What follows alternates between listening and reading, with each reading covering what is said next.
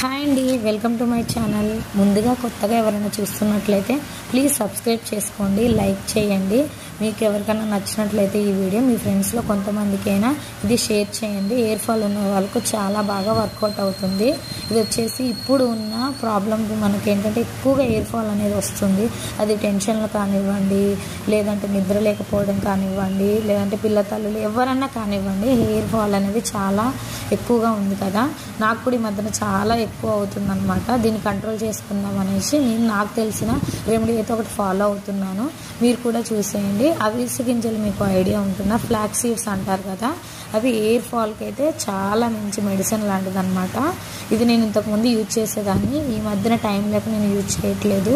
నేను వచ్చేసి ఇది పార్ట్ 1 పార్ట్ 2 లాగా పెట్టాను అనమాట. పార్ట్ 2లో అది లిక్విడ్ అనేది ఎలా తయారు చేసుకోవాలో నేను ఆ వీడియో మొత్తము ఎలా ఉడకబెట్టుకొని ఎలా జెల్ తీయాలో కూడా నేను చూపించాను. ప్లీజ్ లైక్ చేసి మీకు సెకండ్ పార్ట్ కూడా చూడండి. నచ్చితే మట్టికి సబ్స్క్రైబ్ చేసుకోండి. Thank you for watching.